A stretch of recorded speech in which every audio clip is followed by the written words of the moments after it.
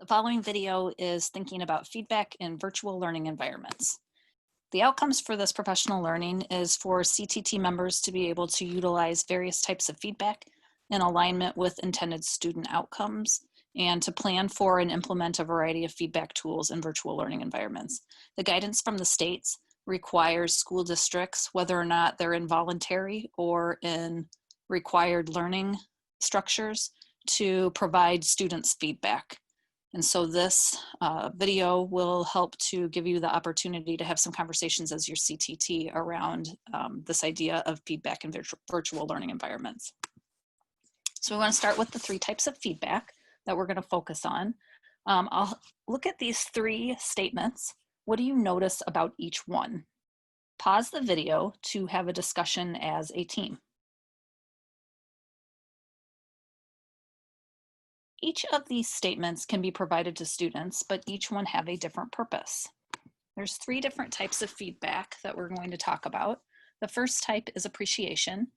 Appreciation is a type of feedback that we use to acknowledge the student, to thank them for their efforts, to say to them, I see you, I see the work that you've been doing, I notice you.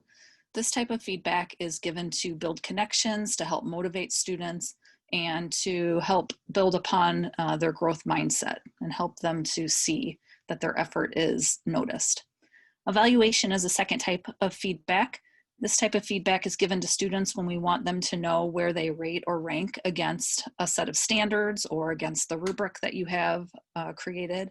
It's to align the work that they're doing to expectations so that they can make informed decisions. So this type of feedback is one where we want students to know what they did well, or maybe what some next steps are based on the learning target that you might have.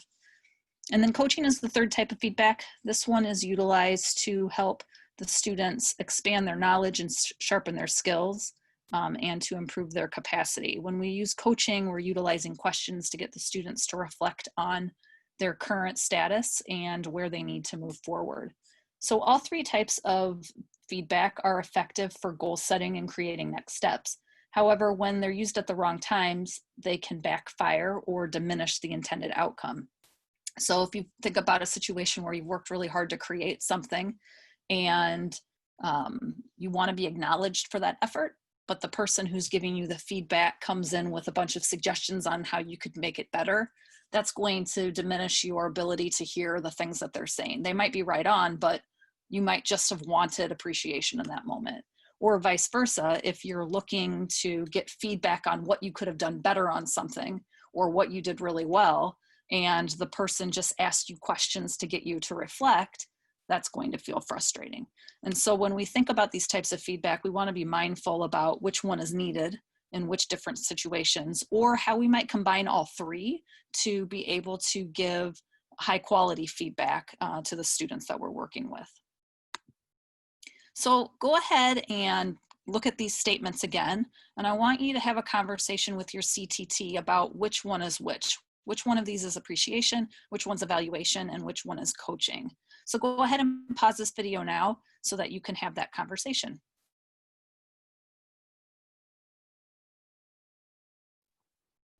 So when we're looking at these three examples, that first one is acknowledging the students' hard work on this and thanking them for their work. So that one is an example of appreciation. The second example is evaluation. It's talking to them about where they were efficient in their problem solving. And then the third example is a statement of where coaching is taking place. So it's asking the students to do some reflection and come up with their own ideas.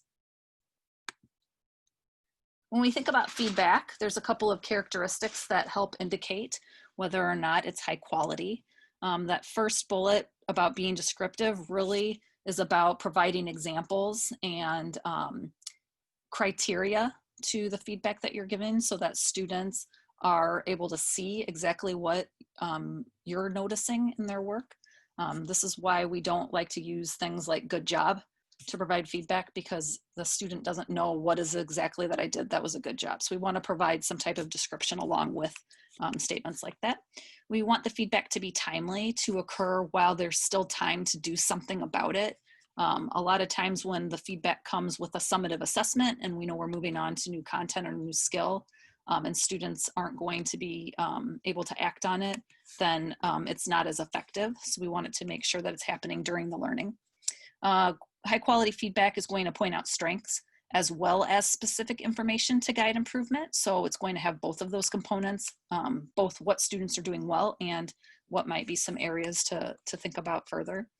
High quality feedback does not do the thinking for the students. It includes questions to prompt reflection and to get them to figure out some things for themselves. We want to build their capacity to be able to problem solve rather than just having all of the next steps given to them. And then the last characteristic for high quality feedback is that it limits the corrective information to just the right amount that students need in order to be able to act on it. So when we're thinking about that particular bullet, a couple of questions come to mind, like what feedback is most critical right now?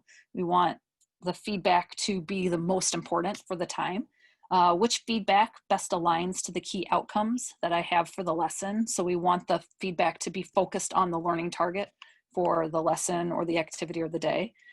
And then at what point will students get frustrated because there's so much feedback that they're not sure where to start? So we want to make sure that any feedback that's asking them to correct something, that there's not too much of it so that they get frustrated. So a couple of examples of what this might look like. If we're thinking about this learning target, I can add within 100 using strategies. It might look something like this. So you can see that all three types of feedback, appreciation, evaluation, and coaching, are embedded into this example. And so it's really working to acknowledge the student's hard work, to get them to see that they did have something that was more effective than something else, and then to prompt them with some questions to get them to do some reflection on ways that they solve the problem. In the second example, students are working to blend colors to create warm and cool effects. And so with this piece, you'll see that, again, all three types of feedback are included. It starts out with some appreciation of their effort.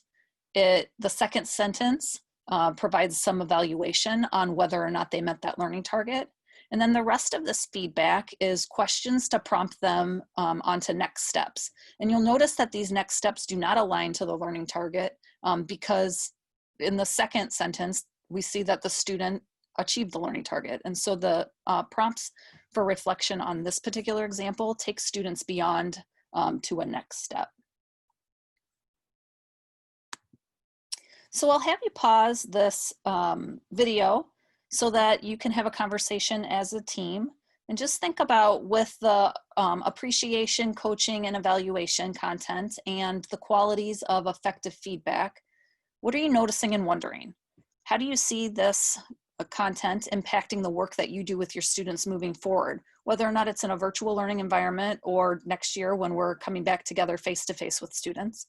And then what types of feedback or characteristics come most naturally for you?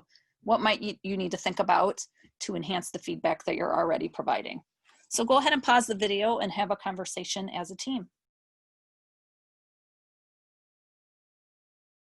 A strategy that we can use to provide feedback is called the praise, question, suggestion structure.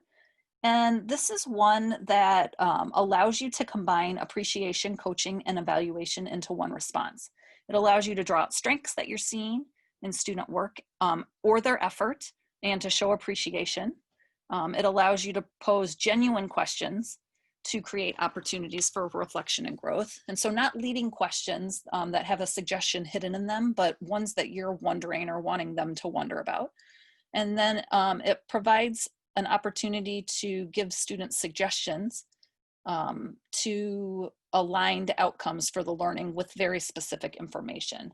When you use these three things in your feedback, you are going to be able to support student growth mindset, to build off their strengths, and to highlight behaviors that you want to see them continue to do.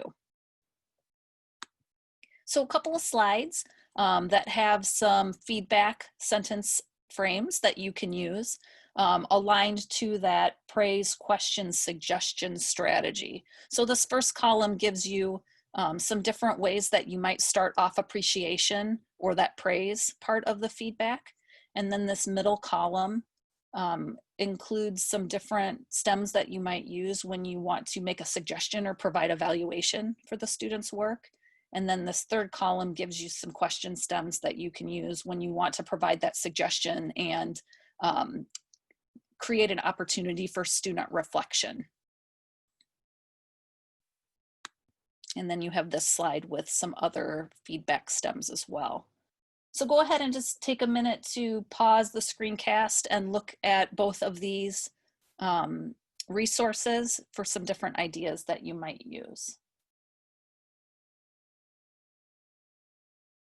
I want to give you an opportunity to do a little practicing with either creating feedback or looking at feedback that you've already provided.